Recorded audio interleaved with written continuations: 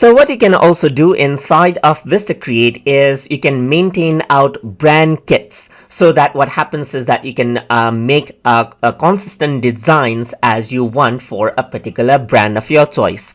So to maintain brand kits, you can see that I am in the home page currently. So you can go around over here on the top where you see brand kits. So you can just go around and click right here to access out the brand kit.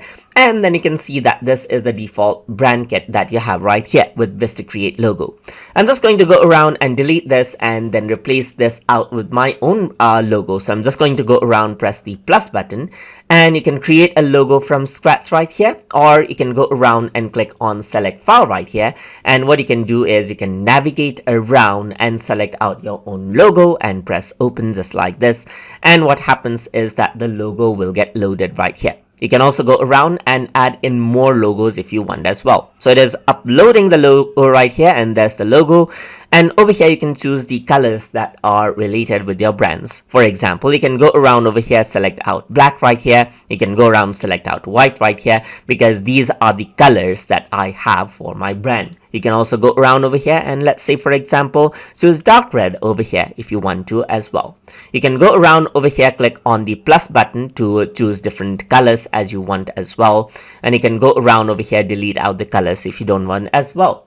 So for the fonts right here, you can go around and select the font that you want. For example, you can go around right here and type in, let's say, for example, something like different things. So I'm just going to go around over here and go for corporate fonts right here. So let's say I want a Latta as my font right here, and you can go around and choose the size for the heading fonts over here just like this as well. So you can go around, change out the size and choose the text style, make it bold if you want as well, and so forth. For the subheading, you can choose out your font as well. So I'm just going to go around, select Latta over here as well.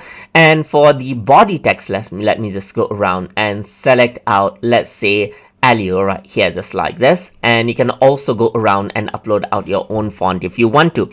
So this is what you have, and then this is the brand kit right here. And then if I were to click on new brand kit, you can do that as well. If you have the premium version, you can have multiple brand kits as you want as well.